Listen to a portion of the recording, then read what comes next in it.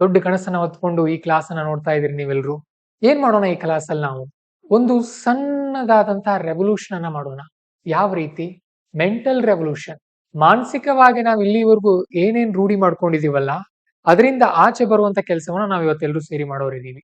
Okay, ನಾನೇನ್ ಬಹಳ ಹೊತ್ತು ಟೈಮ್ ತಗೊಳಲ್ಲ ನಿಮ್ದು. ಕಡಿಮೆ ಸಮಯದಲ್ಲಿ ಏನನ್ನ ಹೇಳ್ಬೇಕಷ್ಟನ್ನೇ ಅಚ್ಚುಕಟ್ಟಾಗಿ ನಿಮ್ಗೆ ಎಷ್ಟು ಬೇಕೋ ಅಷ್ಟೇ ಹೇಳ್ಕೊಡ್ತೀನಿ. ಇಲ್ಲಿವರೆಗೂ ಏನೇನ್ ಆಗಿ ಹೋಗಿದೆ ಆಗ ಹೋಗ್ಲಿ, ಬಟ್ ಈ ಕ್ಷಣದಿಂದ ಬದಲಾಗಬೇಕು. ಎಲ್ರು ಇವತ್ ರಾತ್ರಿ ಮಧ್ಯರಾತ್ರಿವರೆಗೂ ಎಚ್ಚರ ಇರ್ತಾರೆ. ಎಷ್ಟೋ ಜನ ಬೆಂಗಳೂರಲ್ಲಿ ಮಧ್ಯರಾತ್ರಿವರೆಗೂ ಕುಡಿದು ತೂರಾಡ್ತಾರೆ, ಚೀರಾಡ್ತಾರೆ. ಅದು ಅದು ಅವರ ಹ್ಯಾಪಿನೆಸ್. ಬಟ್ ನೀವೇನೋ ಒಂದು ದೊಡ್ಡ ಕನಸನ್ನ ಹೊತ್ಕೊಂಡಿದ್ದೀರಿ, ಹೌದಲ್ವಾ? ಏನೋ ಮಾಡ್ಬೇಕು ಜೀವನದಲ್ಲಿ. ಸೊ ನಮಗಿದು ಎಂಜಾಯ್ಮೆಂಟ್. ನಮ್ಮ ಗುರಿಯನ್ನ ತಲುಪುವುದು ಒಂದು ರೆವಲ್ಯೂಷನ್ ಹಾಕೊಳ್ತಾ ಇದೀವಿ, ಒಂದು ರೆಸೊಲ್ಯೂಷನ್ ಹಾಕೊಳ್ತಾ ಇದೀವಿ ಇವತ್ತು, ಹೌದಲ್ವಾ? ನೀವೆಲ್ರೂ ಕೂಡ ರೆಡಿ ಆಗಿದ್ರೆ ಒಂದ್ಸಾರಿ ಎಸ್ ಅಂತ ಕಮೆಂಟ್ ಮಾಡಿ. ಜಸ್ಟ್ ಎಸ್ ಅನ್ನುವಂತ ಒಂದೇ ಅಕ್ಷರ ಕಮೆಂಟ್ ಮಾಡಿ ಸಾಕು. ಕಮಾನ್, ಆದಷ್ಟು ಬೇಗ ಬರ್ಲಿ. ಕೂರ್ಗ್ನವರಿದ್ದಾರೆ, Yadagiri, Shivamogga, Mandya, Raichur, Bengaluru, Chitradurga, Kalaburagi. Very good, very good, very good. So ಇವತ್ತಿನಿಂದಾನೇ, ಈ ಕ್ಷಣದಿಂದಾನೇ ಹೊಸ ವರ್ಷ ಆರಂಭ ಆಗತ್ತೆ ನಮ್ದು. ನಿಮ್ಗೆಲ್ರಿಗೂ ಅಡ್ವಾನ್ಸ್ ಆಗಿ ಹೊಸ ಕ್ಯಾಲೆಂಡರ್ ವರ್ಷದ ಶುಭಾಶಯಗಳನ್ನ ನಾನು ಕೋರ್ತಾ ಇದ್ದೀನಿ ನಮ್ಮ ಪಾಂಚಜನ್ಯ IAS ವತಿಯಿಂದ. Okay, yes, very good. ಸರಿ, ಹಾಗಾದ್ರೆ ನಮ್ಮ ತರಗತಿಯನ್ನ ಆರಂಭ ಮಾಡೋಣ. ಮೊಟ್ಟ ಮೊದಲನೇದಾಗಿ ನಾನು ಒಂದು ವಿಚಾರವನ್ನು ನಿಮ್ಗೆ ಇವತ್ತು ಹೇಳ್ಬಿಡ್ತೀನಿ. ಏನಂತ ಅಂದ್ರೆ, ನೀವೆಲ್ಲರೂ ಕೂಡ ಅಡಿಕ್ಟ್ ಗಳಾಗಬೇಕು. ಇನ್ ಮುಂದೆ ಅಡಿಕ್ಷನ್ ಆಗ್ಬೇಕು ನಿಮ್ಮಲ್ಲಿ. ಏನ್ ಸರ್ ಅದು ಅಡಿಕ್ಷನ್? ಇವತ್ತು ನಾನು ನಿಮ್ಗೆ ಏನ್ ಹೇಳ್ಕೊಡ್ತೀನಿ, ಸುಮಾರು ಒಂದು 7-8 ತುಂಬಾ ಇಂಪಾರ್ಟೆಂಟ್ ಟಿಪ್ಸ್ ಇದೆ. ಅವುಗಳಿಗೆ ಅಡಿಕ್ಟ್ ಆಗ್ಬಿಡಿ. ಸುಮಾರು 21 ದಿನ. ಯಾವ ಲೆವೆಲ್ ಅಡಿಕ್ಟ್ ಅಂದ್ರೆ, ಅದನ್ನ ಬಿಟ್ಟು ಬೇರೆ ಏನು ಕೆಲಸನೇ ಇರಬಾರದು ನಿಮ್ಗೆ. ಅದನ್ನಷ್ಟೇ ಮಾಡೋದು 21 ದಿನ. ಬೇರೆ ಏನು ಮಾಡಬೇಡಿ. ನಿಮ್ಮ ಇನ್ಸ್ಟಾಗ್ರಾಮ್ ಅಕೌಂಟ್ ಕೂಡ ಓಪನ್ ಮಾಡ್ಕೊಳ್ಳಿಕ್ ಹೋಗ್ಬೇಡಿ. ಯಾವ್ದು ಸಿನಿಮಾನು ನೋಡ್ಲಿಕ್ಕೆ ಹೋಗ್ಬೇಡಿ. ಒಂದು 21 ದಿನ ಫುಲ್ ಅಡಿಕ್ಟ್. ಒಂದ್ ರೀತಿ ದಾಸ ಆಗ್ಬೇಕು, ಚಟಗಳ ದಾಸ. ಯಾವ ಚಟಗಳು ಅಂತ ಹೇಳ್ತೀನಿ, ಮತ್ತೆ ನೀವ್ ಯಾವ್ದೋ ಚಟಕ್ಕೆ ಹೋಗ್ಬಿಡ್ಬೇಡಿ. ನಾನು ಅದು ಯಾವ್ದು ಅಂತ ಹೇಳ್ತೀನಿ. ಯಾಕೆ ಈ ಒಂದು 8 ಹ್ಯಾಬಿಟ್ ಗಳನ್ನ ನಾನು ಹೇಳೋಣಿದ್ದೀನಿ ನಿಮ್ಗೆ. ಇವಾಗ ನೀವು ಫಾಲೋ ಮಾಡಿದ್ದೆ ಆದಲ್ಲಿ ಜನವರಿ ತಿಂಗಳು ಕಳೀಲಿ, ಫೆಬ್ರವರಿಯಲ್ಲಿ ನೀವೆಲ್ಲರೂ ಕೂಡ ನಿಜಕ್ಕೂ ನಿಮ್ಮ ಬಗ್ಗೆ ಹೆಮ್ಮೆ ಪಡೋಕೆ ಆರಂಭ ಮಾಡ್ತೀರಿ. ಅಂತ ಕೆಲಸವನ್ನ ಇವತ್ ನಾವು ಮಾಡೋರಿದೀವಿ.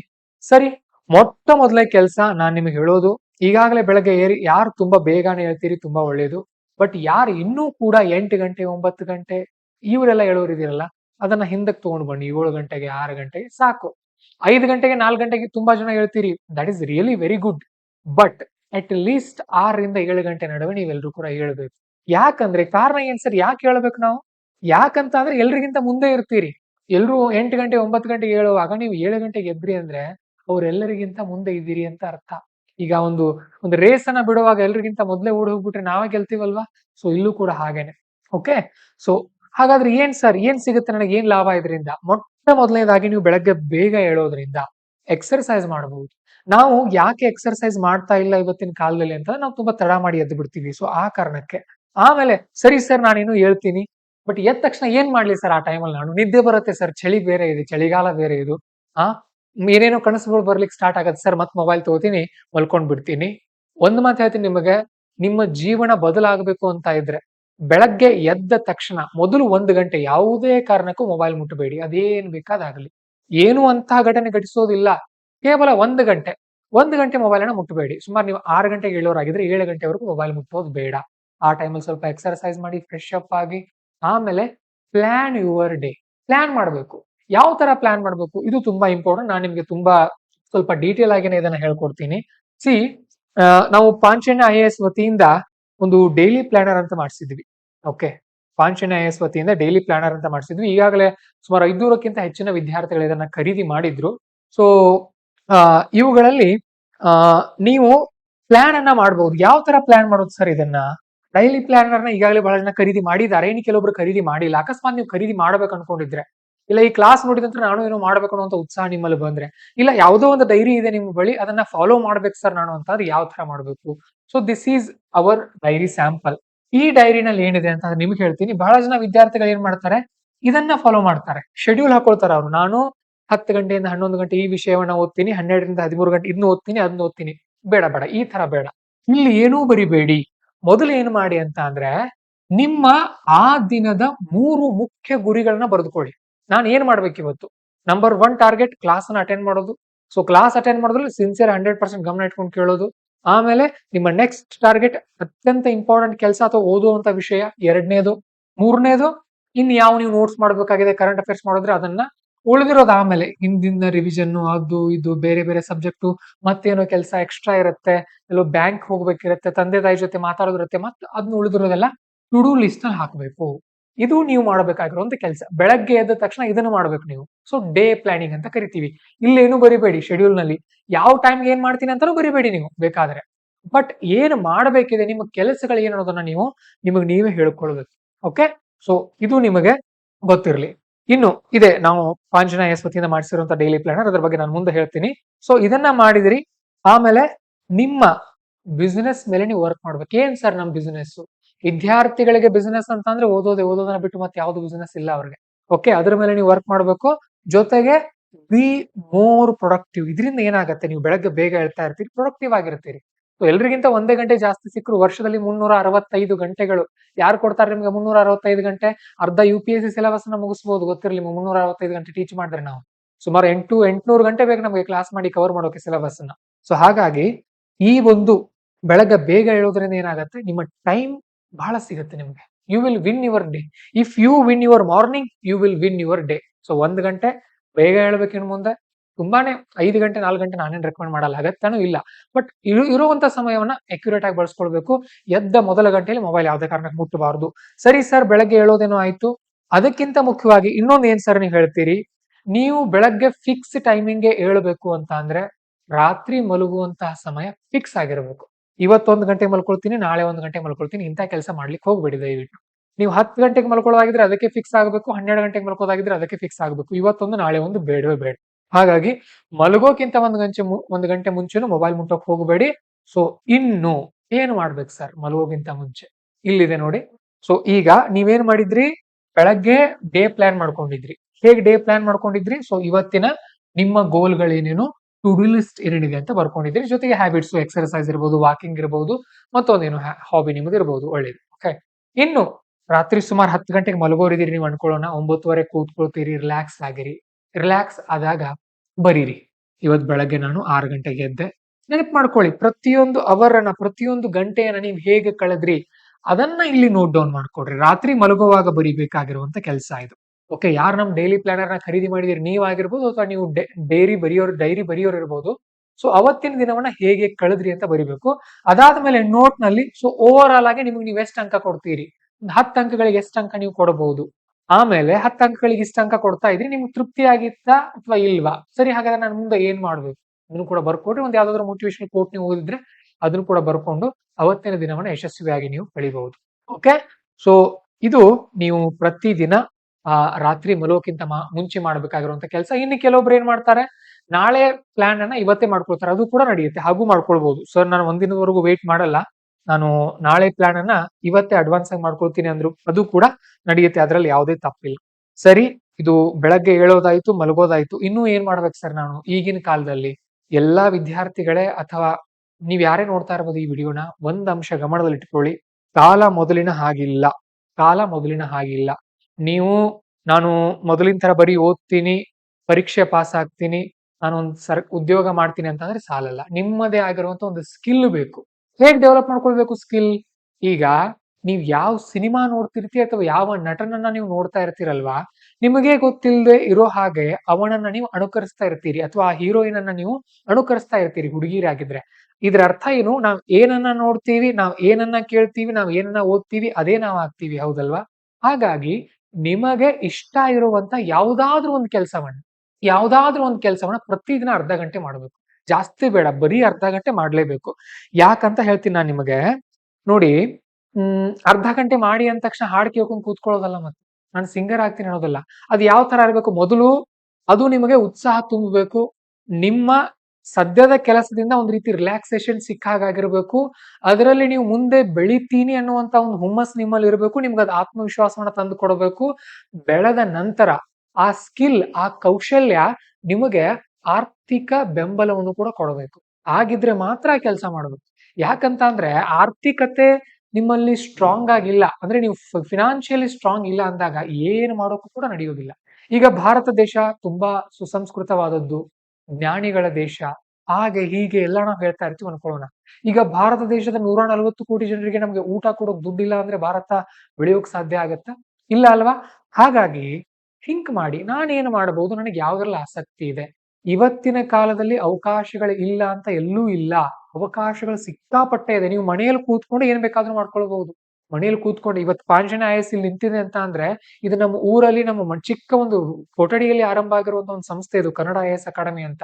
ನೀವ್ ಎಲ್ಲಿದ್ದೀರಿ ಅಲ್ಲೇ ಮಾಡಬಹುದು. ಬಟ್ ನಿಮ್ಮಲ್ಲಿ ಉತ್ಸಾಹ ಇರಬೇಕು, ಅದರಲ್ಲಿ ತೊಡಗಿಕೊಳ್ಳಬೇಕಾದಂತಹ ಶ್ರಮಕ್ಕೆ ನೀವು ರೆಡಿ ಇರ್ಬೇಕು, ದುಡಿಯೋಕೆ.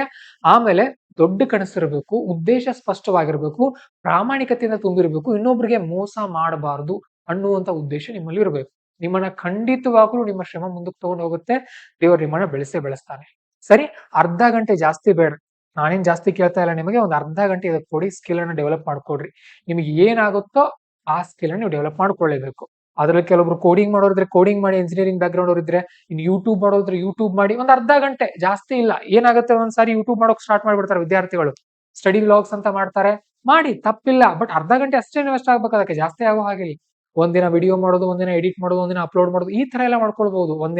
ಒಂದೇ ದಿನ ಕೂತ್ಕೊಂಡು ಎಲ್ಲಾ ಮಾಡಿ ಟಯರ್ಡ್ ಹಾಕೊಂಡು ಆಮೇಲೆ ಕಮೆಂಟ್ಸ್ ಎಂತ ಬಂತು, ಲೈಕ್ ಎಷ್ಟು ಬಂತು, ಆ ತರ ಅಲ್ಲ. ಸಿಸ್ಟಮೆಟಿಕ್ ವೇನಲ್ಲಿ ಹೋಗ್ತಾ ಇರಬೇಕು. ಡೇ ಪ್ಲಾನ್ ಮಾಡಿ ಅಂತ ನಾನು ಯಾಕೆ ಹೇಳಿದ್ ನಿಮಗೆ, ಅದೇ ಕಾರಣಕ್ಕಲ್ವಾ. ಇನ್ನು ಕಾಪಿ ರೈಟಿಂಗ್ ಅಂತ ಬರೆಯುತ್ತೆ. ಓಕೆ, ಡಿಜಿಟಲ್ ಮಾರ್ಕೆಟಿಂಗ್ ಇರುತ್ತೆ, ಕಂಟೆಂಟ್ ಕ್ರಿಯೇಷನ್ ಸಿಕ್ಕಾಪಟ್ಟೆ ಇದೆ, ಟ್ವಿಟ್ಟರ್ ಇದೆ, ಇನ್ಸ್ಟಾಗ್ರಾಮ್ ಇದೆ, ಯೂಟ್ಯೂಬ್ ಇದೆ, ಟೆಲಿಗ್ರಾಮ್ ಇದೆ. ಟೆಲಿಗ್ರಾಮ್ ನಲ್ಲಿ ನೋಡಿ ಎಷ್ಟೋ ಜನ ಟೆಲಿಗ್ರಾಮ್ ಚಾನೆಲ್ ತೆಕ್ಕೊಂಡು ಅಡ್ವರ್ಟೈಸ್ ಮುಖಾಂತರ ಎಷ್ಟೋ ದುಡ್ಡುಗಳನ್ನ ಗಳಿಸ್ತಾ ಇದ್ದಾರೆ. ನಿಮ್ಮಲ್ಲಿ ಕ್ರಿಯೇಟಿವ್ನೆಸ್ ಇರಬೇಕು. ಈಗ ಉದಾಹರಣೆ, ನೀವೋ ಒಬ್ಬ ವಿದ್ಯಾರ್ಥಿ ಇದ್ದೀರಿ, ನಿಮ್ಗೆ ಯಾವುದೋ ಒಂದು ವಿಷಯ ತುಂಬಾನೇ ಇಷ್ಟ. ಉದಾಹರಣೆಗೆ ಪಾಲಿಟಿ ಅನ್ನುವಂಥ ಸಬ್ಜೆಕ್ಟ್ ನಿಮ್ಗೆ ತುಂಬಾ ಇಷ್ಟ. ಓದಿ, ಸಿಕ್ಕಾಪಟ್ಟೆ ಓದಿ. ಡೈಲಿ ಒಂದ್ ಅರ್ಧ ಗಂಟೆ ಎಕ್ಸ್ಟ್ರಾ ಕೊಡಿ ಪಾಲಿಟಿಗೆ. ಅದರಲ್ಲಿನೇ ಇನ್ನೂ ಏನಾದ್ರೂ ಇನ್ನೋವೇಟಿವ್ ಆಗಿ ನೀವು ಬರೀರಿ, ನೋಟ್ಸ್ ಮಾಡಿ, ಅದನ್ನೇ ಶೇರ್ ಮಾಡಿ ಆನ್ಲೈನ್ ನಲ್ಲಿ.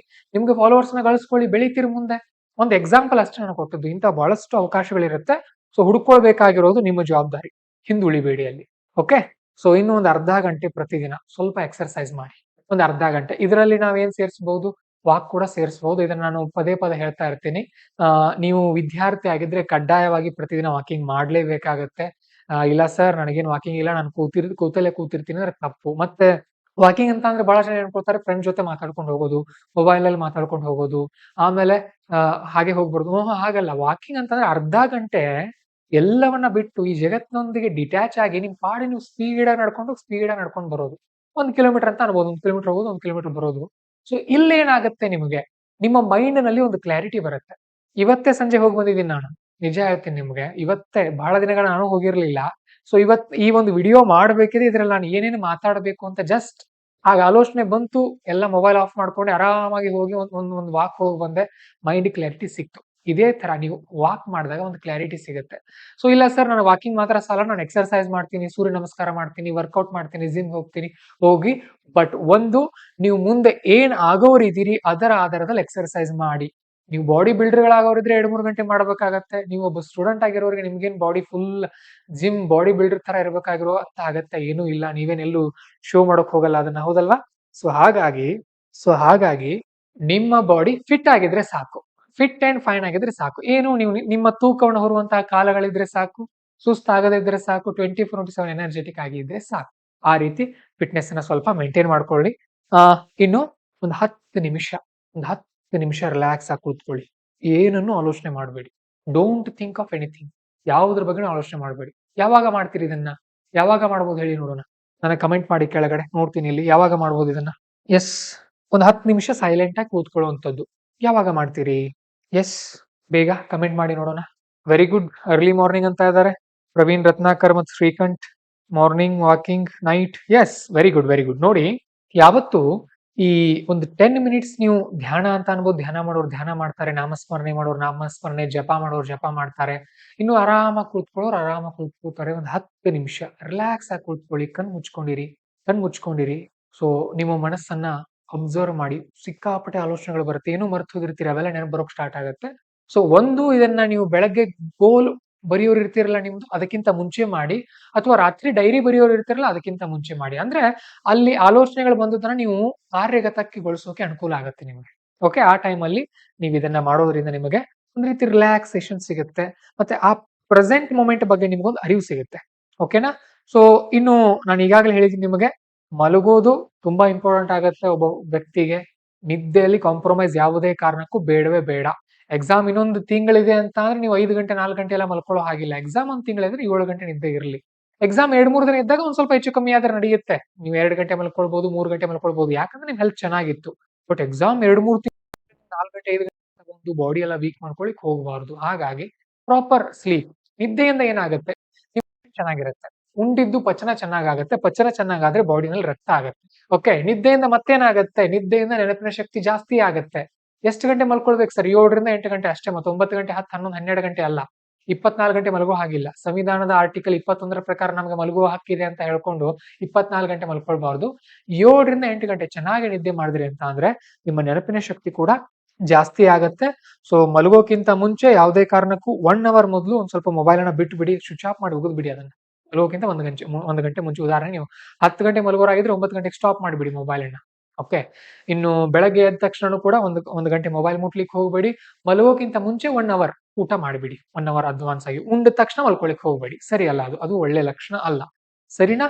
ಸೊ ಇನ್ನು ನಾನು ಈ 30 ನಿಮಿಷದ ವಾಕಿಂಗ್ ಬಗ್ಗೆ ಕೂಡ ನಿಮ್ಗೆ ಹೇಳಿದೀನಿ. ಇದರಿಂದ ಏನಾಗುತ್ತೆ, ಆ ಆತಂಕ, ದುಗುಡ, ದುಮ್ಮಾನಗಳೆಲ್ಲ ಹೊರಗಡೆ ಹೋಗುತ್ತೆ. ಮೈಂಡ್ ರಿಲ್ಯಾಕ್ಸ್ ಆಗುತ್ತೆ, ಕೂಲ್ ಆಗುತ್ತೆ, ಹ್ಯಾಪಿ ಆಗ್ತೀರಿ. ನಿಮ್ಗೆ ಗೊತ್ತಿಲ್ಲದೆ ನಿಮ್ಮಲ್ಲಿ ಒಂದು ಹ್ಯಾಪಿನೆಸ್ ಬರುತ್ತೆ.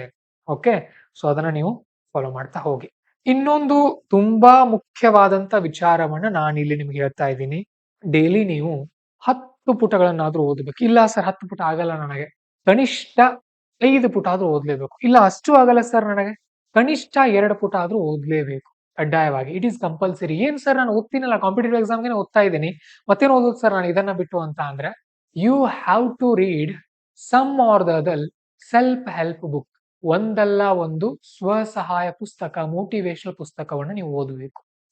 ಯಾರ್ ಪುಸ್ತಕ ಓದೋದು ಸರ್? ಕನ್ನಡದಲ್ಲಿ ಬಹಳಷ್ಟು ಪುಸ್ತಕಗಳು ಬಂದಿವೆ ಹಿಂದೆ ಚೆನ್ನಾಗಿ. ವಾಸನ್ ಪಬ್ಲಿಕೇಶನ್ ಅಂತ ಒಂದು ಪಬ್ಲಿಕೇಶನ್ ಇದೆ, ಅವ್ರದ್ದಾಗಿರ್ಬೋದು. ಆಮೇಲೆ ಸ್ವಪ್ನ ಇರ್ಬೋದು. ಆಮೇಲೆ ಹುಬ್ಬಳ್ಳಿ ಒಂದು ಸಾಹಿತ್ಯ ಪ್ರಕಾಶನ ಅಂತ ಇದೆ, ಅವ್ರದ್ದು. ಆ ಎಂಡಮೂರಿ ವೀರೇಂದ್ರನಾಥ್ ಅವರು ಬರೆದಿರುವಂತಹ ಪುಸ್ತಕಗಳನ್ನ ಅನುವಾದ ಮಾಡಿಸಿದ್ದಾರೆ. ಬಿ ಪಟ್ಟಾಭಿರಾಮನ್ ಅವರ ಪುಸ್ತಕಗಳ ಅನುವಾದ ಆಗಿವೆ. ನೆಪೋಲಿಯನ್ ಹಿಲ್ ಅಂತ ಒಬ್ಬ ಲೇಖಕ ಇದ್ದ ಅಮೆರಿಕದಲ್ಲಿ. ಡೇಲ್ ಕಾರ್ನೆಗಿ ಅಂತ ಒಬ್ಬ ಲೇಖಕ ಇದ್ದ. ಅವರೆಲ್ಲ ಪುಸ್ತಕಗಳ ಕನ್ನಡದಲ್ಲಿ ಅನುವಾದ ಆಗಿದೆ. ಸೊ ಆ ಪುಸ್ತಕನ ಓದ್ಕೊಳ್ಳಿ. ಒಂದು ಪುಸ್ತಕ ಖರೀದಿ ಮಾಡಿ. ಓಕೆ, ಅದೇ ಪುಸ್ತಕವನ್ನ ಮುಗಿಸೋವರೆಗೂ ಬೇರೆ ಪುಸ್ತಕ ಖರೀದಿ ಮಾಡ್ಲಿಕ್ಕೆ ಹೋಗಬೇಡಿ ಯಾವುದೇ ಕಾರಣ. ಒಂದ್ ತಗೊಳ್ಳೋದು, ಅದನ್ನ ಮುಗಿಸೋದೇ ಇಲ್ಲ, ಹೊಸ ತಗೊಳ್ಳೋದು ಅಂತ ಕೆಲಸ ಮಾಡ್ಲಿಕ್ಕೆ ಹೋಗ್ಬೇಡಿ. ಒಂದು 3ರಿಂದ 4 ಪುಟ ಡೈಲಿ ಓದಬೇಕು. ಮಲಗೋಕ್ಕಿಂತ ಮುಂಚೆನೆ ಓದಬೇಕು. ಯಾರು ನಿದ್ದೆ ಬರಲ್ಲ ಅಂತ ಸಮಸ್ಯೆ ಇದೆ ನೋಡಿ, ಈ ಸಮಸ್ಯೆಯಿಂದ ನಿಮಗೆ ಪರಿಹಾರ ಸಿಗುತ್ತೆ. ಓಕೆ, ಸೊ ಇನ್ನು ಅದಾಗಲ್ಲ ಸರ್ ನಮಗೆ, ನಾನು ಮತ್ತೇನು ಮಾಡಬಹುದು? ನಮ್ಮ ಟೆಲಿಗ್ರಾಮ್ ನ ಮೇನ್ ಚಾನಲ್ ಪಾಂಜನೇಯ ಟೆಲಿಗ್ರಾಮ್ ನಲ್ಲಿ ಆಗಾಗ ಚಿಕ್ಕದಾಗಿ ಲೇಖನ ಬರಿತಾ ಇರ್ತೀನಿ. ನಾನು ಕೂಡ ಬರೆದು ಅಪ್ಲೋಡ್ ಮಾಡ್ತಾ ಇರ್ತೀನಿ. ನಿಮಗೆ ಓದಿ ಅದನ್ನ. ಮತ್ತೆ ಅಲ್ಲಿಂದ ನೀವ್ ಏನ್ ತಗೊಳ್ಬೇಕು ಅಂತ ಅಂದ್ರೆ, ಬರವಣಿಗೆ ಕೌಶಲ್ಯವನ್ನ ವೃದ್ಧಿ ಮಾಡ್ಕೊಳ್ಬೇಕು. ನೀವು ಓದ್ಬೇಕು ಪ್ರತಿಯೊಂದು ವರ್ಡ್ ಅನ್ನ. ಹೇಗೆ ಅದನ್ನ ಓದಿದಾಗ ನಿಮಗೆ ಟಚ್ ಆಗೋ ತರ ಫೀಲ್ ಆಗ್ಬೇಕು ಅದು. ಅಂದ್ರೆ ನಿಮ್ ಬರವಣಿಗೆಯಲ್ಲಿ ಆ ಶಕ್ತಿ ಬರಬೇಕು. ಓಕೆ, ಸೊ ಈ ಮೋಟಿವೇಶನಲ್ ಪುಸ್ತಕನ ಓದೋದ್ರಿಂದ ಏನಾಗುತ್ತೆ, ಒಂದು ಚಿಕ್ಕ ಟ್ಯಾಬ್ಲೆಟ್ ತಗೊಂಡಿರೋ ತರ ಫೀಲ್ ಆಗುತ್ತೆ. ನೀವು ಬೆಳಿತೀರಿ, ಸಿಕ್ಕಾಪಟ್ಟೆ ಬೆಳಿತೀರಿ. ಇದನ್ನ ತಪ್ಪದೆ ನೀವು ಫಾಲೋ ಮಾಡಬೇಕು. ಇದರಿಂದ ನಿಮಗೆ ಫೋಕಸ್ ಕೂಡ ಇಂಪ್ರೂವ್ ಆಗುತ್ತೆ, ಎಕ್ಸ್ಟ್ರಾ ನಾಲೆಜ್ ಬರುತ್ತೆ, ಆಮೇಲೆ ಸೆಲ್ಫ್ ಕಾನ್ಫಿಡೆನ್ಸ್ ಜಾಸ್ತಿ ಆಗುತ್ತೆ. ಡೈಲಿ ಒಂದು 3-4 ಪುಟ ಓದೋದ್ರಲ್ಲಿ ಯಾವುದೂ ತಪ್ಪಿಲ್ಲ. ಇವು ಟೋಟಲ್ ಆಗಿ 8 ಪಾಯಿಂಟ್ಸ್ ನಾನು ನಿಮ್ಗೆ ಹೇಳಬೇಕಾದದ್ದು. ಎಲ್ರಿಗೂ ಕೂಡ ಅರ್ಥ ಆಗಿದ್ರೆ, ನಾನು ಫಾಲೋ ಮಾಡ್ತೀನಿ ಅನ್ನೋದಾಗಿದ್ರೆ ಎಫ್ ಅಂತ ಟೈಪ್ ಮಾಡಿ. ಐ ವಾಂಟ್ ಸಿ, ನಾನು ನೋಡ್ಬೇಕು ಅದನ್ನ ಈಗ. Very good. ಓಕೆ, ಸರಿ, ಇದೆಲ್ಲ ಆಯ್ತು. ಇವುಗಳನ್ನ ಫಾಲೋ ಮಾಡ್ತಾ ಹೋಗಿ. ನೀವು ಜನವರಿ ತಿಂಗಳು ಮುಗಿಯೋ ವೇಳೆಗೆನೆ ನಿಮ್ಮಲ್ಲಿ ಒಂದು ದೊಡ್ಡ ಬದಲಾವಣೆ ಬಂದಿರುತ್ತೆ. ಮತ್ತೆ ನಾನು ಫೆಬ್ರವರಿಯ 2ನೇ ವಾರದಲ್ಲಿ ಒಂದು ಇಂಪಾರ್ಟೆಂಟ್ ಕ್ಲಾಸ್ ಮಾಡೋನಿದ್ದೀನಿ. ಯಾವುದ್ರ ಬಗ್ಗೆ ಅನ್ನೋದು ನೀವು ಈಗಾಗಲೇ ಗೆಸ್ ಮಾಡಿರ್ತೀರಿ. ಸೊ ಅಲ್ಲಿ ಆ ವಿಚಾರಗಳ ಬಗ್ಗೆ ಚರ್ಚೆ ಮಾಡೋಣ. ಈಗ ಇನ್ನೂ ಕೆಲವೊಂದು ಎಕ್ಸ್ಟ್ರಾ ಪಾಯಿಂಟ್ಸ್ ನಾನು ನಿಮ್ಗೆ ಹೇಳಬೇಕು. ಏನ್ ಸರ್ ಇದು ಅಂತ ಅಂದ್ರೆ, ಮೊದಲನೇದಾಗಿ ಇವತ್ತು ಒಂದು ತುಂಬಾ ಇಂಪಾರ್ಟೆಂಟ್ ದಿನ ನಮ್ದು. ಯಾಕಂದ್ರೆ ಹೊಸ ಕ್ಯಾಲೆಂಡರ್ ವರ್ಷಕ್ಕೆ ನಾವು ಕಾಲಿಡ್ತಾ ಇದ್ದೀವಿ. ಇಂತಹ ದಿನ ಒಂದು ಸಂಕಲ್ಪವನ್ನು ನಾವು ಮಾಡ್ಕೊಂಡ್ರೆ ಅದಕ್ಕೊಂದು ಶಕ್ತಿ ಇರುತ್ತೆ. ಓಕೆ, ಸೊ ಹಾಗಾಗಿ ನಿಮ್ಮ ಸಂಕಲ್ಪ ಮಾಡಿ. ಕಣ್ಣನ್ನ ಮುಚ್ಕೊಂಡು ನೆನಪು ಮಾಡ್ಕೊಳ್ಳಿ, ನೀವು ಏನಾಗಬೇಕಾಗಿದೆ, ಯಾವ ಕನಸನ್ನ ಕಂಡಿದ್ದೀರಿ, ಅಥವಾ ಈ ವರ್ಷದಲ್ಲಿ ನೀವು ತಲುಪಬೇಕಾಗಿರುವಂತ ಗುರಿ ಏನು. ನೀವು PUC ಸ್ಟೂಡೆಂಟ್ ಆಗಿದ್ರೆ ಎಷ್ಟು ಪರ್ಸೆಂಟೇಜ್ ಮಾಡ್ಬೇಕು, ನೀವು ಕಾಂಪಿಟೇಟಿವ್ ಎಕ್ಸಾಮ್ ಓದ್ತಾ ಇದ್ರೆ ಯಾವ ಎಕ್ಸಾಮ್ ಬರೆಯೋರಿದ್ರೆ ಅದರಲ್ಲಿ ಅಟ್ ಲೀಸ್ಟ್ ಯಾವ್ದನ್ನ ಕ್ಲಿಯರ್ ಮಾಡಬೇಕು. ಇಲ್ಲ ಈಗ ಹೊಸದಾಗಿ ನೀವು ಸ್ಪರ್ಧಾತ್ಮಕ ಪರೀಕ್ಷೆಯ ಜಗತ್ತಿಗೆ ಬಂದಿದ್ರೆ ನೀವು ಇನ್ನೂ ಸಿಲೆಬಸ್ ಎಷ್ಟನ್ನ ಕವರ್ ಮಾಡ್ಬೇಕು, ಏನೇನ್ ಮಾಡ್ಬೇಕು, ಇದನ್ನ ಕಲ್ಪನೆ ಮಾಡ್ಕೊಳ್ಳಿ. ಸೊ ಕಲ್ಪನೆ ಮಾಡ್ಕೊಂಡಿದೀರಿ ಅನ್ಸುತ್ತೆ. ನಾನೊಂದ್ 2 ಸೆಕೆಂಡ್ ಟೈಮ್ ಕೊಡ್ತೀನಿ ನಿಮ್ಗೆ. ಎಲ್ಲಾದ್ರೂ ಒಂದ್ ಕಡೆ ಬರ್ಕೊಳ್ಳಿ ಅದನ್ನ. ಇಲ್ಲಿ ಟೈಪ್ ಮಾಡಬೇಡಿ, ನಿಮ್ಗೆ ಮಾತ್ರ ಗೊತ್ತಿರ್ಲಿ. ಆ ಕನಸನ್ನ ಯಾರಿಗೂ ಹೇಳಿಕ್ ಹೋಗಬೇಡಿ, ಅದು ಸೀಕ್ರೆಟ್ ಆಗೇನೆ ಇರ್ಲಿ. ಸಂಪತ್ತು ಯಾವತ್ತು ಸೀಕ್ರೆಟ್ ಆಗೇನೆ ಇರುತ್ತೆ. ನಿಮ್ಮ ಗುರಿಯೂ ಕೂಡ ಸೀಕ್ರೆಟ್ ಆಗಿರ್ಲಿ.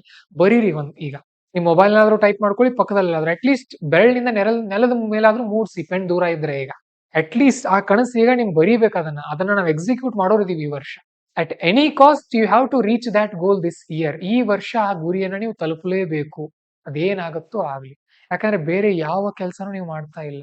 ಫುಲ್ ಟೈಮ್ ಸ್ಟಡಿ ಮಾಡ್ತಾ ಇದ್ರೆ. ಇನ್ನು ಪಾರ್ಟ್ ಟೈಮ್ ಸ್ಟಡಿ ಮಾಡ್ತಾ ಇರೋರು, ಪಾರ್ಟ್ ಟೈಮ್ ಜಾಬ್ ಮಾಡ್ತಾ ಇರೋರು ಅಟ್ ಲೀಸ್ಟ್ ನಿಮ್ಮಿಂದ ಸಾಧ್ಯ ಆಗುವಂತ ಗುರಿ ಹಾಕೊಳ್ಳಿ. ತುಂಬಾ ದೊಡ್ಡ ಕನಸನ್ನ ಹಾಕೊಳ್ಳಿಕ್ ಹೋಗ್ಬಿಡಿ ಮತ್ತೆ. ಈಗ ಇವತ್ತಿಂದ UPSC ತಯಾರಿ ಆರಂಭ ಮಾಡಿ ನಾನು ಮೇ 25 ತಾರೀಕು ಪರೀಕ್ಷೆ ಕ್ಲಿಯರ್ ಮಾಡ್ತೀನಿ ಅನ್ಕೊಳ್ಳಿಕ್ ಹೋಗ್ಬೇಡಿ. ಹಾಗಲ್ಲ. ತಲುಪುವ ಲೆವೆಲ್ ಅಲ್ಲಿ ಇರ್ಬೇಕು ನಿಮ್ಮ ಗುರಿ. ಬರ್ಕೊಂಡ್ರ ಎಲ್ರು? ಬರ್ಕೊಂಡಿದ್ರೆ ಒಂದ್ಸಾರಿ ಎಸ್ ಮತ್ತೆ ಬರ್ಬೇಕು ನನಗೆ ಎಸ್ ಅಂತ ಇಲ್ಲಿ. ಬೇಗ ಬೇಗ ಬೇಗ. Very good, very good, very good, very good. ಸರಿ. ಇನ್ನು ನಿಮ್ಮ ಗುರಿಯನ್ನ ನೀವು ತಲುಪಬೇಕು ಅಂತ ಅಂದ್ರೆ ನಾನು ಒಂದು 7-8 ಪಾಯಿಂಟ್ಗಳನ್ನ ಎಕ್ಸ್ಟ್ರಾ ಹೇಳ್ತಾ ಇದ್ದೀನಿ. ಮೊಟ್ಟ ಮೊದಲನೇದಾಗಿ ಪ್ರತಿದಿನ ಇವತ್ ಏನೂ ನಾನು ಮಾಡಿಲ್ಲ ಅಂತ ಅಂದ್ರೂ ಕೂಡ ಕನಿಷ್ಠ 4 ಗಂಟೆಗಳ ಡೀಪ್ ವರ್ಕ್ ನಿಮ್ಮಿಂದ ಬರಬೇಕು. ಇದು ಬಂತ್ ಅನ್ಕೊಳ್ಳಿ, ನಿಮ್ಮನ್ನ ಜಗತ್ನಲ್ಲಿ ಯಾರು ಕೂಡ ತಡೆಯೋಕ್ ಸಾಧ್ಯ ಇಲ್ಲ.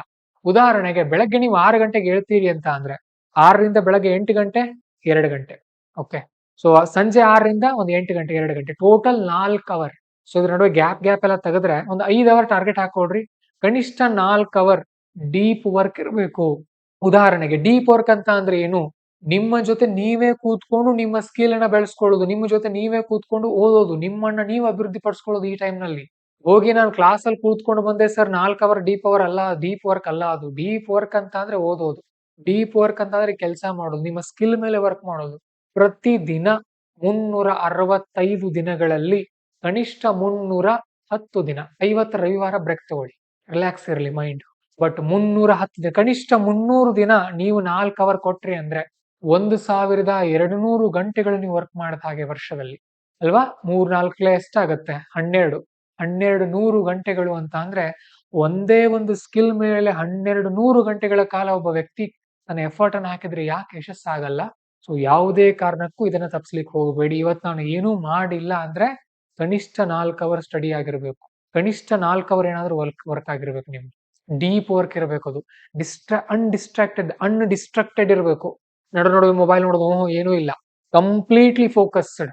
ಒಬ್ಬ ಋಷಿ ಹೇಗೆ ತಪಸ್ ಮಾಡ್ತಾನೆ ಹಾಗೆ ನಿಮ್ಮ ಕೆಲಸದಲ್ಲಿ ನೀವು ತೊಡಗಿಸ್ಕೊಂಡಿರ್ಬೇಕು. ಆ 4 ಗಂಟೆಗಳು ನಿಮ್ಮನ್ನ ತುಂಬಾ ತುಂಬಾ ತುಂಬಾ ದೊಡ್ಡ ಲೆವೆಲ್ಗೆ ತಗೊಂಡು ಹೋಗುತ್ತೆ. ಇದಕ್ಕೋಸ್ಕರ ಒಂದು ವಿಡಿಯೋ ಕೂಡ ನಾನು ರೆಕಮೆಂಡ್ ಮಾಡ್ತೀನಿ ನಿಮಗೆ. ಡೀಪ್ ವರ್ಕ್ ಅನ್ನುವಂತ ವಿಡಿಯೋ ನಮ್ಮ ಚಾನಲ್ ಅಲ್ಲಿ ಕೂಡ ಇದೆ. ಡೀಪ್ ವರ್ಕ್ ಬುಕ್ ಸಮರಿ ಅಂತ ಕೂಡ ಸರ್ಚ್ ಮಾಡಿ, ಗೂಗಲ್ ನಲ್ಲಿ ನಿಮ್ಗೆ ಸಿಗುತ್ತೆ ಕನ್ನಡದಲ್ಲಿ. ಓಕೆ, ಅದನ್ನು ಕೂಡ ನೋಡ್ಕೊಳ್ಳಿ. ಆಮೇಲೆ ಇನ್ನು ಮುಂದೆ ನಿಮ್ಮನ್ನ ನೀವು ಅಕೌಂಟೇಬಲ್ ಆಗಿ ಇಟ್ಕೊಳ್ಬೇಕಾಗತ್ತೆ. ಯಾಕಂದ್ರೆ ಬೆಳಗ್ಗೆ ಹೇಳ್ತಾ ಇದ್ದೀರಿ, ಗೋಲ್ ಹಾಕೊಳ್ತಾ ಇದ್ದೀರಿ, ರಾತ್ರಿ ಮಲೋಕ್ಕಿಂತ ಮುಂಚೆ ಬರಿತಾ ಇದ್ದೀರಿ ಏನೇನ್ ಮಾಡಿದೆ ಇವತ್ತು ಅಂತ. ನಿಮಗ್ ನೀವು ಅರಿವಿನಲ್ಲಿ ಇರ್ಬೇಕಲ್ವಾ? ಅವರ್ಲಿ ಅಲಾರ್ಮ್ ಇಟ್ಕೊಳ್ಳಿ ಮೊಬೈಲ್ ನಲ್ಲಿ. ಪ್ರತಿ ಗಂಟೆಗೊಂದು ಅಲಾರ್ಮ್ ಸಿಗುತ್ತೆ. ಅವರ್ಲಿ ಅಲಾರ್ಮ್ ಅಂತ ಪ್ಲೇಸ್ಟೋರ್ ಅಲ್ಲಿ ಸರ್ಚ್ ಮಾಡಿದ್ರೆ ನಿಮಗೆ ಅಲಾರ್ಮ್ ಸಿಗುತ್ತೆ. ಏನಾಗುತ್ತೆ, ಈಗ ಉದಾಹರಣೆಗೆ ಬೆಳಗ್ಗೆ 10ರಿಂದ ಮಧ್ಯಾಹ್ನ 1 ಗಂಟೆವರೆಗೂ ಓದೋದಂತ ನೀವು ಟಾರ್ಗೆಟ್ ಹಾಕೊಂಡಿದ್ದೀರಿ. ಏನಾಗುತ್ತೆ, ಈಗ 10ರಿಂದ 11 ಗಂಟೆ ಓದ್ತೀರಿ, 11:15ಕ್ಕೆ ಬೇಜಾರಾಗ್ಬಿಡುತ್ತೆ, ಬಿಡ್ತೀರಿ, ಹೊರಗಡೆ ಬರ್ತೀರಿ, ಸ್ವಲ್ಪ ತಿರ್ಗಾಡೋಣ ಅನ್ಸುತ್ತೆ. 11:15ಕ್ಕೆ ಹೊರಗಡೆ ಬಂದವರು ಸಂಜೆ 5 ಗಂಟೆ ಆದ್ರೂ ವಾಪಸ್ ಓದೋಕೆನೆ ಹೋಗಲ್ಲ. ಯಾಕೆ? ನಿಮ್ಮನ್ನ ಅಲರ್ಟ್ ಮಾಡೋರು ಯಾರು ಇಲ್ಲ. ಸೊ ಈಗ ಅವರ್ಲಿ ಅಲಾರ್ಮ್ ಅಂದ್ರೆ ಪ್ರತಿ ಗಂಟೆಗೂ ನೀವು ಅಲಾರ್ಮ್ ಇಟ್ಕೊಂಡಾಗ ಆ ಅಲಾರ್ಮ್ ಶಬ್ದ ಆದ ತಕ್ಷಣ ನಿಮ್ಗೆ ನೆನಪಾಗುತ್ತೆ, ಅಯ್ಯೋ ನಾನು ಈ ಕೆಲಸ ಮಾಡ್ಬೇಕಾಗಿತ್ತು. ಅಯ್ಯೋ ಅದು ಡಿಸ್ಟರ್ಬ್ ಆಗಲಿ. 21 ದಿನ ಇದನ್ನ ಮಾಡಿ ನೋಡಿ. 21 ದಿನ ಪ್ರತಿ ಗಂಟೆಯ ಲೆಕ್ಕ ಇಡಿ. ಪ್ರತಿ ಗಂಟೆ ಏನೇನ್ ಆಗ್ತಾ ಇದೆ, ಪ್ರತಿ ಗಂಟೆಯಲ್ಲಿ ನೀವ್ ಏನೇನ್ ಮಾಡ್ತಾ ಇದೀರಿ ಲೆಕ್ಕ ಇಡಿ, ಅದನ್ನ ಬರೀರಿ. ರಾತ್ರಿ ಮಲೋಕ್ಕಿಂತ ಮುಂಚೆ ಬರೀರಿ ನಾನೇನ್ ಮಾಡಿದೆ ಅಂತ. ತುಂಬಾ ಇಂಪಾರ್ಟೆಂಟ್. ಡೀಪ್ ವರ್ಕ್ಗೆ ಬೇಕೇ ಬೇಕಾಗತ್ತೆ ನಿಮಗೆ. ಆಮೇಲೆ ಒಂದ್ ಮಾತು ಹೇಳ್ತೀನಿ, ದಯವಿಟ್ಟು don't spend another year doing the same shit. ಈ ವರ್ಷ ಏನೇನ್ ತಪ್ಪುಗಳನ್ನ ಮಾಡಿದೀರಿ ಮತ್ತೆ ಮುಂದಿನ ವರ್ಷ ಅದೇ ರಿಪೀಟ್ ಆಗೋದು ಬೇಡ. ಅಟ್ ಲೀಸ್ಟ್ 1% ಆದ್ರೂ ಇಂಪ್ರೂವ್ಮೆಂಟ್ ಇರಲಿ ಈ ವರ್ಷ. ಬೆಳಿಬೇಕು ಅಂತಂದ್ರೆ ಅಷ್ಟು ಈಸಿ ಅಲ್ಲ ಅದು. ಸ್ವಲ್ಪ ಪ್ರಯತ್ನ ಬೇಕಾಗತ್ತೆ, ತ್ಯಾಗ ಬೇಕಾಗತ್ತೆ. ಮತ್ತೆ ಅದನ್ನೇ ಮಾಡೋದಂತ ಅಂದ್ರೆ ಈಗ ದಾರಿಯಲ್ಲಿ ಹೋಗುವಾಗ ಒಂದ್ಸಾರಿ ಎಡವುತ್ತೀರಿ, ಮತ್ತೆ ಹೋಗಿ ಅದಕ್ಕೆ ಎಡವಿದ್ರೆ ಏನಂತಾರೆ ಜನ ನಿಮ್ಮನ್ನ? ನೀವೇ ಥಿಂಕ್ ಮಾಡಿ. ಮತ್ತೆ ಆ ಕೆಲಸ ಮಾಡೋಕ್ ಮನಸ್ಸು ಬರುತ್ತಾ? ತಪ್ಪಲ್ವಾ ಅದು? ಸರಿ ಅಲ್ಲ. ಹಾಗೆ ಮಾಡಬಾರ್ದು ಅದನ್ನ, ಅಲ್ವಾ? ಸೊ ಆಮೇಲೆ choose people who choose you. ಇದೇ ಸಮಯದಲ್ಲಿ ಇನ್ನೊಂದನ್ನ ನಾನು ಆಡ್ ಮಾಡ್ತೀನಿ ನಿಮಗೆ ಇಲ್ಲಿ. ಏನಂತ ಅಂದ್ರೆ love your self, don't force others. ನಿಮ್ಮನ್ನ ಯಾರು ಇಷ್ಟ ಪಡ್ತಾರೆ, ಯಾರ ಜೊತೆ ಇದ್ರೆ ನೀವು ಬೆಳಿತೀರಿ ಅಂತವ್ರ ಜೊತೆ ಮಾತ್ರ ಸಮಯವನ್ನ ಕಳೀರಿ. ನಿಮ್ಮನ್ನ ಯಾರಾದ್ರೂ ಹಿಂದಕ್ಕೆ ತೆಗೆದುಕೊಂಡು ಹೋಗ್ತಾ ಇರಿದ್ರೆ, ಅದು ನಿಮ್ಮ ಸ್ನೇಹಿತರೇ ಆಗಿರ್ಲಿ ಅಥವಾ ನಿಮ್ಮ ಪ್ರೇಮಿಗಳೇ ಆಗಿರ್ಲಿ, ಅಪ್ಪಿ ತಪ್ಪಿ ಕೂಡ ಅವ್ರ ಜೊತೆ ಇರ್ಲಿಕ್ಕೆ ಹೋಗ್ಬೇಡಿ. ಇವತ್ತು ನೆಮ್ಮದಿ ಸಿಗಲ್ಲ, ಜೀವನದಲ್ಲಿ ಮುಂದೆ ಕೂಡ ನೆಮ್ಮದಿ ಸಿಗಲ್ಲ ನಿಮಗೆ. ನಿಮಗೆ ಅವರು ಗೌರವನ ಕೊಡ್ತಾ ಇರಬೇಕು, ನಿಮಗೆ ಪ್ರೀತಿಯನ್ನು ಕೂಡ ಕೊಡ್ತಾ ಇರಬೇಕು, ಜೊತೆಗೆ ನಿಮ್ಮ ಅಭಿವೃದ್ಧಿಗೆ ಸಹಾಯ ಆಗ್ತಾ ಇರ್ಬೇಕಲ್ಲಿ. ನಿಮ್ಮ ಫ್ಯಾಮಿಲಿಗೆ ಮೊದಲ ಪ್ರಿಫರೆನ್ಸ್ ಕೊಡಿ. ಅದಕ್ಕಿಂತ ಮುಂಚೆ ನಿಮಗೆ ನೀವು ಪ್ರಿಫರೆನ್ಸ್ ಕೊಟ್ಕೊಳ್ಳಿ. ನಿಮ್ಮನ್ನ ನೀವು ಪ್ರೀತಿಸಿ, ನಿಮ್ಮನ್ನ ನೀವು ಇಷ್ಟಪಡಿ, ನಿಮ್ಮ ಆರೋಗ್ಯದ ಬಗ್ಗೆ ಕಾಳಜಿ ಕೊಡಿ, ಚೆನ್ನಾಗಿ ನಿದ್ದೆ ಮಾಡಿ, ಚೆನ್ನಾಗಿ ಊಟ ಮಾಡಿ, ಚೆನ್ನಾಗಿ ವರ್ಕ್ ಮಾಡಿ. ತಾನಾಗಿನೇ ಎಲ್ಲ ಬರ್ಲಿಕ್ಕೆ ಸ್ಟಾರ್ಟ್ ಆಗುತ್ತೆ. ಯಾವುದೇ ಕಾರಣಕ್ಕೂ ಒತ್ತಾಯ ಮಾಡಿ ಪ್ರೀತಿ ಪ್ರೇಮ ಮಾಡ್ಲಿಕ್ಕೆ ಹೋಗ್ಬೇಡಿ. ಇದ್ರ ಬಗ್ಗೆನೆ ಫೆಬ್ರವರಿ 2ನೇ ವಾರದಲ್ಲಿ ಒಂದು ದೊಡ್ಡ ಕ್ಲಾಸ್ ಮಾಡೋನಿದೀನಿ. ಬಹಳಷ್ಟು ವಿದ್ಯಾರ್ಥಿಗಳ ಪ್ರೀತಿ ಪ್ರೇಮದಲ್ಲಿ ಸಿಲುಕಿ ನರಳ್ತಾ ಇದ್ದೀರಿ. Waste of time. ಯಾವಾಗ ನೀವು ನರಳ್ತಾ ಇದ್ರೆ ನೀವು ಖುಷಿಯಾಗಿದ್ದೀರಿ, ಒಳ್ಳೆ ಲವರ್ ಸಿಕ್ಕಿದ್ದಾರೆ, ನಾನು ಖುಷಿಯಾಗಿದ್ದೀನಿ ಸರ್, ನಾನು ಪ್ರೊಡಕ್ಟಿವ್ ಆಗಿ ವರ್ಕ್ ಮಾಡ್ತಾ ಇದ್ದೀನಿ, ತುಂಬಾ ಒಳ್ಳೇದು. ಸರಿ, ಇಲ್ಲ ಬ್ರೇಕಪ್ ಆಯ್ತು ಸರ್, ಆದ್ರೂ ಕೂಡ ನಾನು ವರ್ಕ್ ಮಾಡ್ತಾ ಇದ್ದೀನಿ, ವೆರಿ ಗುಡ್. ಇಲ್ಲ ಸರ್, ನನ್ ಬ್ರೇಕಪ್ ಆಗಿದೆ ಸರ್, ಮುಗೀತು ಸರ್ ನನ್ ಕತೆ, ಇನ್ ಮುಂದೆ ನಾನು ಯಾರೂ ಕಾಪಾಡಲ್ಲ. ಇಂಥ ಕೆಲಸ ಯಾವತ್ತೂ ಮಾಡ್ಲಿಕ್ಕೆ ಹೋಗ್ಬೇಡಿ. ಆಚೆ ಬರ್ಬೇಕಾದ್ರಿಂದ. ಯಾಕಂತ ಅಂದ್ರೆ ನೆನ್ಪಿಟ್ಕೊಳ್ಳಿ, ಈಗ ತುಂಬಾ ಚೆನ್ನಾಗಿರುವಂತ ಒಂದು ಕುಟುಂಬದಲ್ಲಿ ಯಾರೋ ಒಬ್ರು ಸತ್ತು ಹೋಗ್ಬಿಡ್ತಾರೆ. ಆ ವ್ಯಕ್ತಿ ಸತ್ತ ನಂತರ ಆ ಮನೆಯಲ್ಲಿ ಯಾರು ಗತಿ ಇಲ್ದಿರುವಂತಹ ಸಂದರ್ಭದಲ್ಲಿ ಆ ಫ್ಯಾಮಿಲಿಯಿಂದ ಯಾವುದೋ ಒಬ್ಬ ವ್ಯಕ್ತಿ ಕಷ್ಟಪಟ್ಟು ತುಂಬಾ ದುಡ್ದು ಮೇಲಕ್ಕೆ ಬರ್ತಾನೆ. ಯಾವುದೋ ಒಬ್ಬ ವ್ಯಕ್ತಿಗೆ ದೊಡ್ಡ ಮಟ್ಟದಲ್ಲಿ ಒಂದು ಬ್ರೇಕಪ್ ಆಗಿಬಿಡುತ್ತೆ. ಓಕೆ, ಅದೇ ವ್ಯಕ್ತಿ ಮುಂದೆ ದೊಡ್ಡ ಮಟ್ಟದಲ್ಲಿ ಬೆಳಿತಾನೆ. ಕಾರಣ ಏನು? ಇವೆಲ್ಲ ಸಡನ್ ಶಾಕ್ಗಳು. ನಮ್ಮ ಮೈಂಡ್ಗೆ ನಾವು ಸಡನ್ ಆಗಿ ಶಾಕ್ ಕೊಟ್ಟಾಗ ಏನಾಗುತ್ತೆ, ಅದು ದೊಡ್ಡ ಕೆಲಸ ಮಾಡೋಕೆ ರೆಡಿ ಆಗತ್ತೆ. ಸೊ ಆ ತರ ನಿಮ್ಮಲ್ಲಿ ಏನಾದ್ರೂ ಆಗಿದ್ರೆ ಸ್ವಲ್ಪ ಸಹಿಸ್ಕೊಂಡಿರಿ. ಫೆಬ್ರವರಿ 2nd ವೀಕಲ್ಲಿ ನಾನು ಸಿಗ್ತೀನಿ, ಅದ್ರ ಬಗ್ಗೆ ಕೂಡ ಮಾತಾಡ್ತೀನಿ. ಬಟ್ ಅಲ್ಲಿವರೆಗೂ ನಿಮ್ಮನ್ನ ನೀವು ಪ್ರೀತಿಸಿ ಸಾಕು. ಓಕೆ, ಮತ್ತೆ ಬಿ ಜೆನ್ಯೂನ್, ಒರಿಜಿನಲ್ ಆಗಿರಿ. ನಾಟಕ ಮಾಡ್ಲಿಕ್ಕೆ ಹೋಗ್ಬೇಡಿ. ಯಾವ ತರ ಸರ್?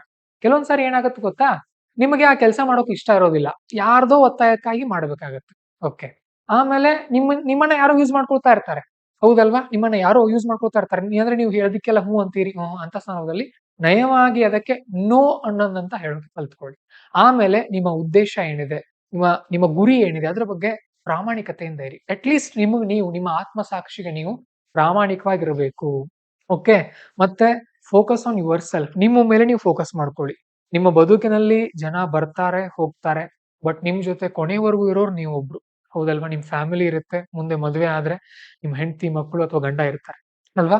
ಸೊ ನಡುವೆ ಸಿಗುವಂತ ವ್ಯಕ್ತಿಗಳ ಮೇಲೆ ನಿಮ್ ಟೈಮ್ ವೇಸ್ಟ್ ಆಗಬಾರ್ದು. ಯಾಕಂದ್ರೆ ನನ್ಗೊಂದ್ ಮಾತು ಕೇಳ್ತೀನಿ, ನೀವು ಫಸ್ಟ್ ಸ್ಟ್ಯಾಂಡರ್ಡ್ ಸೇರಿದಾಗ ಕ್ಲಾಸ್ ಅಲ್ಲಿ ಎಷ್ಟು ಜನ ಇದ್ರಿ? ಎಲ್ರ ಹೆಸರು ನೆನಪಿದ್ಯಾ ನಿಮಗೆ? ಎಲ್ರ ಹೆಸರು ನೆನಪಿರಕ್ ಆಗಲ್ಲ. ಯಾಕಂದ್ರೆ ನಮ್ಮ ಬದುಕು ಅಷ್ಟು ದೊಡ್ಡದಾಗಿಲ್ಲ, ನಮಗೆ ಅಷ್ಟು ಟೈಮೂ ಇಲ್ಲ. ಹಾಗಾಗಿ ನಮ್ಮ ಸರ್ಕಲ್ ಯಾವತ್ತೂ ಕೂಡ ಸ್ಮಾಲ್ ಆಗಿರ್ಬೇಕು, ಚಿಕ್ಕ ಸರ್ಕಲ್ ಇರ್ಬೇಕು ನಮ್ದು. ಆಮೇಲೆ try to live a private life. ನಿಮ್ಮ ವೈಯಕ್ತಿಕ ಜೀವನ ಖಾಸಿಯಾಗಿರ್ಲಿ. ನಾನು ಇನ್ನೂ ಹೇಳ್ತಾ ಇರ್ತೀನಿ ನಿಮಗೆ, ವಿದ್ಯಾರ್ಥಿಗಳು ನೆನ್ಪಿಟ್ಕೊಳ್ಳಿ, ದಯವಿಟ್ಟು ನಿಮ್ಮ ಪರ್ಸನಲ್ ಅಂಶಗಳನ್ನ ವಾಟ್ಸ್ಆಪ್ ಸ್ಟೇಟಸ್ ಇರಲಿ, ಇನ್ಸ್ಟಾಗ್ರಾಮ್ ಸ್ಟೇಟಸ್ ಗಳಲ್ಲಿ ಶೇರ್ ಮಾಡ್ಲಿಕ್ಕೆ ಹೋಗಬೇಡಿ. ಸರಿ ಅಲ್ಲ ಅದು. ನೀವು ಬೆಳೆಯೋರಾಗಿದ್ರೆ, ಇಲ್ಲ ಸರ್ ನಾನು ನಾರ್ಮಲ್ ಜೀವನ ಮಾಡೋನಿದೀನಿ, ನನಗ್ ನಡೆಯುತ್ತೆ ಅಂತಂದ್ರೆ okay, enjoy your self. But ಇನ್ನೂ ಕೂಡ ಚಿಕ್ಕ ಮಕ್ಕಳ ತರ ಸ್ಟೇಟಸ್ ಇಟ್ಕೊಳ್ತಾ ಹೋಗಬೇಡಿ. ಅದ್ರಲ್ಲಿ ಅಟ್ಲೀಸ್ಟ್ ನೀವು ಹಾಕೊಂಡಿರೋ ಗುರಿ ತಲುಪೋರ್ಗಾದ್ರೂ ತಡೆ ಹಿಡ್ಕೊಳ್ಳಿ. ಅದನ್ನ ಡ್ಯಾಮ್ ಕಟ್ಟಿ ಹಿಡ್ಕೊಂಡು, ತಡೆಗೋಡಿ ಕಟ್ಟಿ, ನೀವು ಅನ್ಕೊಂಡಿರೋ ಗುರಿ ತಲುಪಿ ಆಮೇಲೆ ನೀವು ಅದನ್ನ ಮತ್ತೆ ಸ್ಟಾರ್ಟ್ ಮಾಡಿ. ಅಲ್ಲಿ ನಿಮ್ ಮನಸ್ಸೇ ಆಗ ಹೇಳುತ್ತೆ, ಬೇಡ ಇದು ಸಣ್ಣ ಕೆಲಸ ಅಂತ ಅನ್ಸುತ್ತೆ ನಿಮ್ ಮನಸ್ಸಿಗೆ. ಓಕೆ, ಪ್ರೈವೇಟ್ ಲೈಫ್, ಅದರಲ್ಲೇ ಖುಷಿ ಇರೋದು. ನೀವೇನ್ ಮಾಡ್ತಾ ಇದೀರಿ ಅನ್ನೋದು ನಿಮ್ಮ ಫ್ಯಾಮಿಲಿಗೆ, ನಿಮಗೆ, ನಿಮ್ಮ ಅತ್ಯಂತ ಆಪ್ತರಿಗೆ ಮಾತ್ರ ಗೊತ್ತಿರಲಿ. ಲೋಕಕ್ಕೆಲ್ಲ ತಿಳಿಸೋ ಅಗತ್ಯ ಇಲ್ಲ. ಯಾಕಂದ್ರೆ ಎಲ್ರು ಅದನ್ನೆಲ್ಲ ನೋಡಿ ಖುಷಿ ಪಡಲ್ಲ. ಎಷ್ಟೋ ಜನ ಅದ್ರಲ್ಲಿ ನೋಡಿ ಹೊಟ್ಟೆ ಕಿಚ್ಚು ಪಡ್ತಾರೆ. ಎಷ್ಟೋ ಜನ ನೋಡಿ ನಿಮ್ಮನ್ನ ದ್ವೇಷ ಮಾಡ್ಲಿಕ್ಕೆ ಸ್ಟಾರ್ಟ್ ಮಾಡ್ತಾರೆ. ಯಾಕೆ ಬೇಕದೆಲ್ಲ? ನೀವೊಬ್ರು ಎಂಜಾಯ್ ಮಾಡಿ, ನಿಮ್ ಫ್ಯಾಮಿಲಿ ಜೊತೆ ಎಂಜಾಯ್ ಮಾಡಿ, ನಿಮ್ಮ ಸ್ನೇಹಿತರ ಜೊತೆ ಎಂಜಾಯ್ ಮಾಡಿ. ಪ್ರೈವೇಟ್ ಆಗಿರಿ, ಖಾಸಗಿ ಆಗಿರಿ. Private life is best life. Virat Kohli, Anushka ಅವ್ರು ಯಾಕೆ ಲಂಡನ್ ಹೋಗ್ತಾರೆ, ಯಾಕೆ ಅಲ್ಲಿ ಸೆಟ್ಲ್ ಆಗ್ಬೇಕು ಅನ್ಕೊಂಡಿದ್ದಾರೆ? ಅಲ್ಲಿ ಪ್ರೈವೇಟ್ನೆಸ್ ಸಿಗುತ್ತೆ ಅವ್ರಿಗೆ. ಭಾರತದಲ್ಲಿ ಅವ್ರ ಹೊರಗಡೆ ಬಂದ್ರೆ ಜನ ಮುಗಿ ಬೀಳ್ತಾರೆ ಅವ್ರಿಗಲ್ವಾ?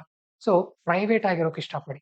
ನೀವೇ ಹೇಳ್ತೀರಿ, ನೀವು ಯಶಸ್ವಿ ಆದ ನಂತರ, ನೀವು ಒಂದ್ಸಾರಿ ಹೇಳಿದ್ರಿ sir, private life is best life ಅಂತ. ಅದೇ ತುಂಬಾ ಒಳ್ಳೇದು. ಟ್ರೈ ಮಾಡಿ ನೋಡಿ ಅದನ್ನ.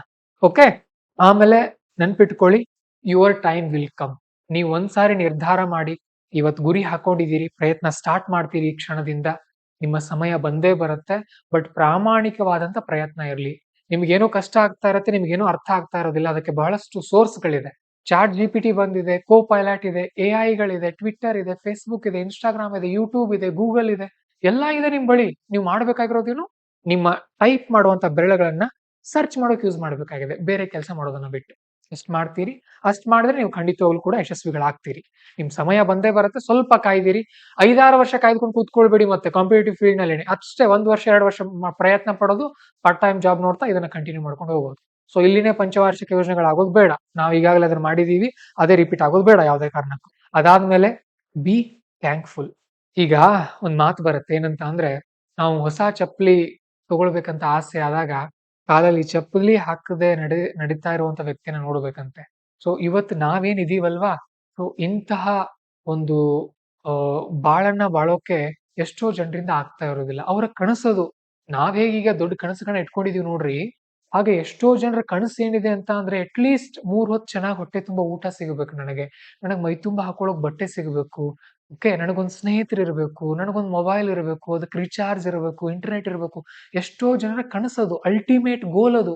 ಸೊ ಅದೆಲ್ಲ ನಮಗೀಗ ಸಿಕ್ಕಿರೋವಾಗ, ಹೌದಲ್ವಾ? ಅದೆಲ್ಲ ಸಿಕ್ಕಿರೋದ್ರಿಂದ ಆನ್ಲೈನ್ ಕ್ಲಾಸ್ ನೋಡ್ತಾ ಇದ್ರಲ್ವಾ ನೀವು? ಅದನ್ನ ಸದ್ಬಳಕೆ ಮಾಡ್ಕೊಳ್ಬೇಕು. ತೃಪ್ತಿಯಾಗಿ, ಸದ್ಯಕ್ಕೆ ನನಗೆ ಸಿಕ್ಕಿರೋದ್ರಲ್ಲಿ ತೃಪ್ತಿ ಪಡಿ. ಚೆನ್ನಾಗಿ ಇದನ್ನ, ಇಲ್ಲಿರುವಂತ ಸಂಪನ್ಮೂಲಗಳನ್ನ ಚೆನ್ನಾಗಿ ಬಳಸ್ಕೊಳ್ಳಿ. ಪ್ರಯತ್ನ ಪಡಿ. ನಿರಂತರವಾಗಿರ್ಲಿ ಪ್ರಯತ್ನ. ವಾರದಲ್ಲಿ ಒಂದಿನ ಬ್ರೇಕ್ ತಗೊಳ್ಳಿ. ಗೆಲುವು ನಿಮ್ದೆ. ಗೆದ್ದೇ ಗೆಲ್ತೀರಿ. ಸೊ ನಾನು ಏನನ್ನ ಹೇಳಬೇಕಾಗಿತ್ತು ಅದನ್ನ ಹೇಳಿದೀನಿ ನಿಮಗೆ. ಕೊನೆಯದಾಗಿ ಒಂದು ಮಾತು ಹೇಳ್ತೀನಿ. ಪಾಂಜನ ಐಎಎಸ್ ವತಿಯಿಂದ ನಾವು ಒಂದು ಡೈರಿಯನ್ನ ರಿಲೀಸ್ ಮಾಡಿದ್ವಿ ಅಂತ ಹೇಳಿದೀವಿ. ಇಲ್ಲಿವರೆಗೂ ತುಂಬಾ ಜನ ಖರೀದಿ ಮಾಡಿದೀರಿ. ಇನ್ನೂ ಕೂಡ ಯಾರು ಖರೀದಿ ಮಾಡಿಲ್ಲ, ತಗೊಳ್ರಿ. ಸರ್ ನನಗೆ ನಿಮ್ ಡೈರಿ ಇಷ್ಟ ಇಲ್ಲ ಸರ್ ಅಂತಂದ್ರೆ ಅಟ್ಲೀಸ್ಟ್ ಯಾವ್ದಾದ್ರು ನೀವೊಂದು ಬುಕ್ ನಲ್ಲಾದ್ರೂ ಬರೀರಿ, ಒಂದು ಹಾಳೆನಲ್ಲಾದ್ರೂ ಬರೀರಿ. ಒಟ್ನಲ್ಲಿ ಲೆಕ್ಕ ಇಡಿ. ನೀವೇನ್ ಮಾಡ್ತಾ ಇದೀರಿ ಅನ್ನೋದನ್ನ ಲೆಕ್ಕ ಇಡಿ. ಸೊ ಇವತ್ ಏನ್ ನಾವು ಡಿಸ್ಕಸ್ ಮಾಡಿದೀವಲ್ವಾ, ಇದನ್ನ ಯಾವುದೇ ಕಾರಣಕ್ಕೂ 21 ದಿನಗಳ ಕಾಲ ಮರಿಬೇಡಿ. ಆಮೇಲೆ ಮರ್ತು ಬಿಡಿ, ನಡೆಯುತ್ತೆ. ಯಾಕಂದ್ರೆ ಇನ್ನು 21 ದಿನ ನೀವು ಇದನ್ನ ಫಾಲೋ ಮಾಡ್ಲೇಬೇಕು. ಈ ಕ್ಷಣದಿಂದಾನೇ ಸ್ಟಾರ್ಟ್ ಆಗ್ಬೇಕು. ಈ ಕ್ಲಾಸ್ ಮುಗಿದ ತಕ್ಷಣ ಮೊಬೈಲ್ ಒಂದು 5 ನಿಮಿಷ ಯೂಸ್ ಮಾಡಿ ಮುಚ್ಚಿಡ್ಬೇಕು ಅದನ್ನ. ಬುಕ್ ತಗೊಳ್ಬೇಕು, ಬರೀಬೇಕು ನಿಮ್ಮ ಗುರಿಯನ್ನ. ಫಾಲೋ ಮಾಡ್ಕೊಂಡು ಹೋಗ್ಬೇಕು ಅದನ್ನ. ಅಷ್ಟ್ ಮಾಡ್ತೀರಿ ಅಲ್ವಾ? ಸೊ ಮಾಡ್ತೀರಿ ಅನ್ನೋದಾದ್ರೆ 2025 ಅಂತ ಟೈಪ್ ಮಾಡಿ, ಮುಂದೆ ಅದಕೊಂಡು RE ಅಂತ ಬರೀರಿ. ರೀ ಎವಲ್ಯೂಷನ್. ಹೊಸ ಕ್ರಾಂತಿ ಇದು. ಎವಲ್ಯೂಷನ್, ವಿಕಾಸ, ರೀ ಎವಲ್ಯೂಷನ್, ಮತ್ತೊಂದ್ಸಾರಿ ವಿಕಾಸ ಆಗ್ತಾ ಇದೆ. Okay, you will do it. You have to do it. ನಿಮ್ಮಿಂದ ಸಾಧ್ಯ ಇದೆ, ನೀವು ಮಾಡಬಲ್ರಿ. ಎಸ್. ಆಮೇಲೆ ಯಾರು ಡೈರಿ ಖರೀದಿಸೋರು ಇದೀರಿ, ನಾವು ಲಿಂಕ್ ಕೊಟ್ಟಿರ್ತೀವಿ ಕೆಳಗಡೆ. ಇದೇ ವಿಡಿಯೋನ ಕೆಳಗಡೆ ಇರುತ್ತೆ, ಆಮೇಲೆ ನೀವು ಚೆಕ್ ಮಾಡಬಹುದು. Very good.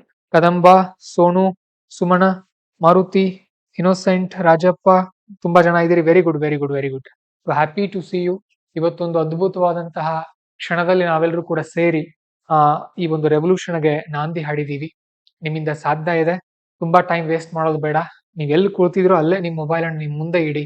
ನಿಮ್ಮ ಎರಡೂ ಕೈಗಳನ್ನ ಮೇಲಕ್ಕೆತ್ತಿ ನಾನು ಹೇಳೋ ಹಾಗೆ ಹೇಳಿ, ನಾನು ಶಕ್ತಿಶಾಲಿ, ನನ್ನಲ್ಲಿ ಎಲ್ಲ ಸಾಮರ್ಥ್ಯವೂ ಇದೆ, ನಾನು ಗೆಲ್ಲಲೆಂದೇ ಹುಟ್ಟಿದ್ದೇನೆ, ನನ್ನ ಕನಸುಗಳು ನನಗೆ ಸ್ಪಷ್ಟವಾಗಿವೆ, ನನ್ನ ಶಕ್ತಿ ಮತ್ತು ದೌರ್ಬಲ್ಯಗಳು ನನಗೆ ಗೊತ್ತಿವೆ, ನಾನು ನಿರಂತರವಾಗಿ ಶ್ರಮ ಪಡುತ್ತೇನೆ, ನಾನು ಗೆದ್ದೇ ಗೆಲ್ಲುತ್ತೇನೆ, ಗೆಲ್ಲುವವರೆಗೂ ನಾನು ವಿರಮಿಸುವುದಿಲ್ಲ.